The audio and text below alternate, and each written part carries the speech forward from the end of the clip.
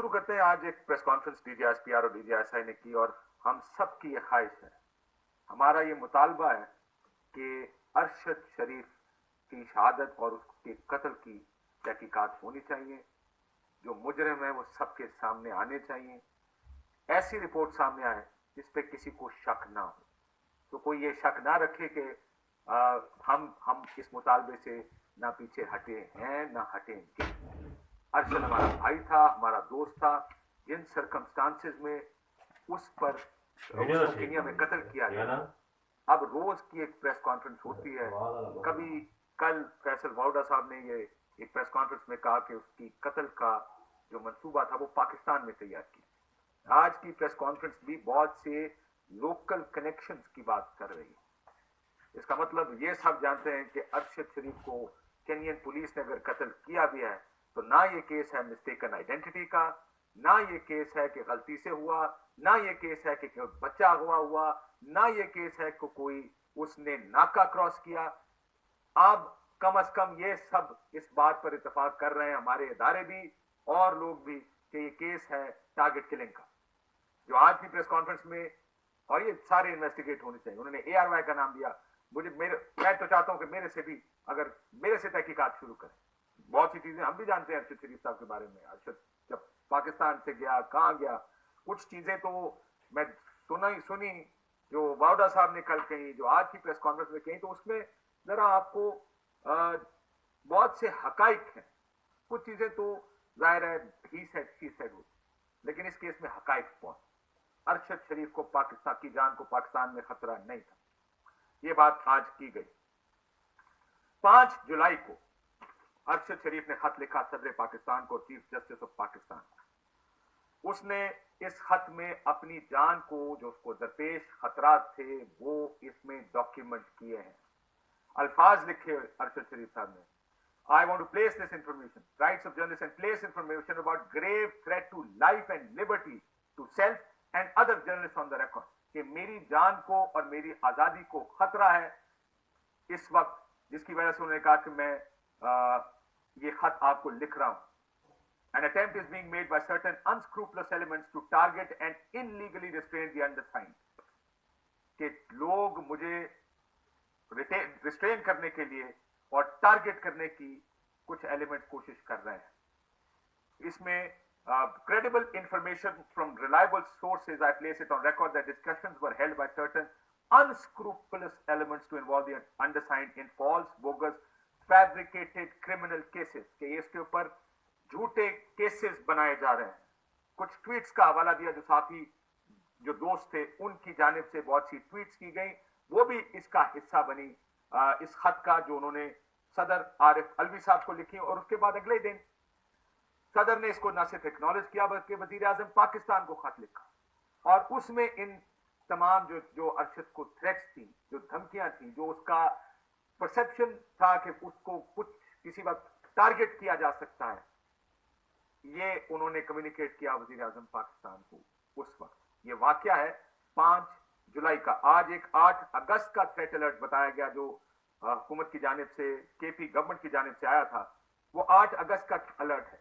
ये 5 जुलाई को खत उसने लिखे और दूसरों को भी लिखे, वो भी हम आहिस्ता आहिस्ता आपको दिखाएंगे कि वो हम सब में अरशद की एक क्वालिटी जो सबसे शायद हम सब में बेहतर थी, वो थी डिटेल को वो किस तरीके से detail oriented, that focus on detail.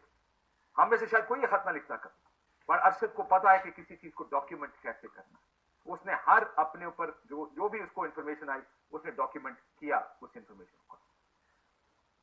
12 अगस्त को यही खत चीफ जस्टिस ऑफ पाकिस्तान को भी लिखा गया, उसमें भी इन खतरात का इजहार किया और उनको ये कहा गया कि मेरी जान को खतरा है, थ्रेट्स हैं चंद एलिमेंट्स की जानिब से। अब बहुत से लोग शायद इस चीज को समझेंगे नहीं, लेकिन मैं आपकी इंफॉर्मेशन के लिए, ये बहुत से लोग इंफॉर्मेशन के लिए समझा देता हूं।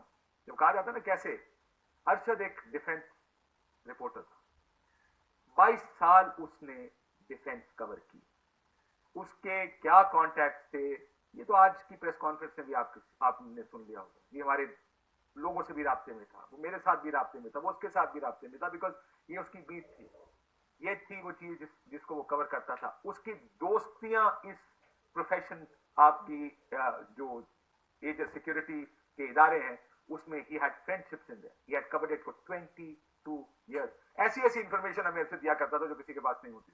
प्रमोशन कौन किसकी हो रही है, क्या हो रहा है, हफ्तों पहले वो इस तरह की, या दिनों पहले जो भी गिवन के किस चीज के बारे में वो बात कर रहा था, he was the one who always new कि हो क्या रहा है। सो ये बैकग्राउंड होना बड़ा जरूरी है।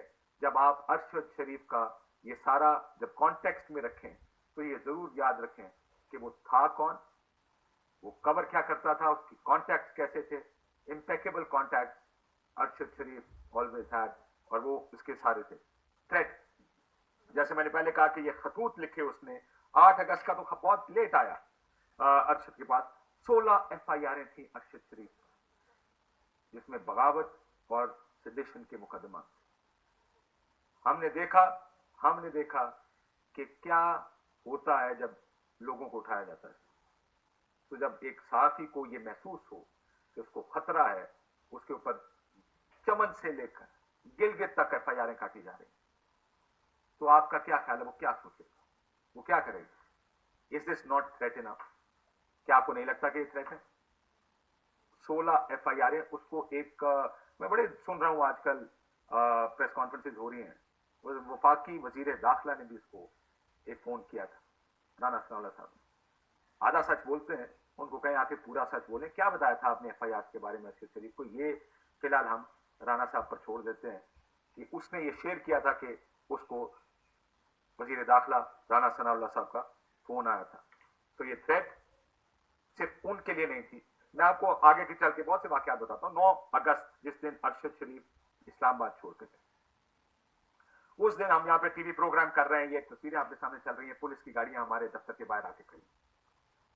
उस दिन सेडिशन की FIR हुई। एक थ्रेट लेवल जो पहले कम था वो बढ़ना शुरू हो गया और मजीद बढ़ता चला गया।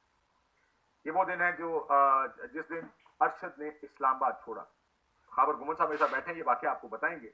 हम 3 लोग अरशद के कमरे में बैठे थे। तीनों लोगों ने ये डिसाइड किया, वो जो कहते हैं ना थ्रेट क्या है, थ्रेट रिटन कोई नहीं भेजता, थ्रेट कोई किसी न किसी तरफ से आती है, कोई बताता है कि ये होने वाला है, ये हो रहा है। FIR से बड़ी थ्रेट क्या हो?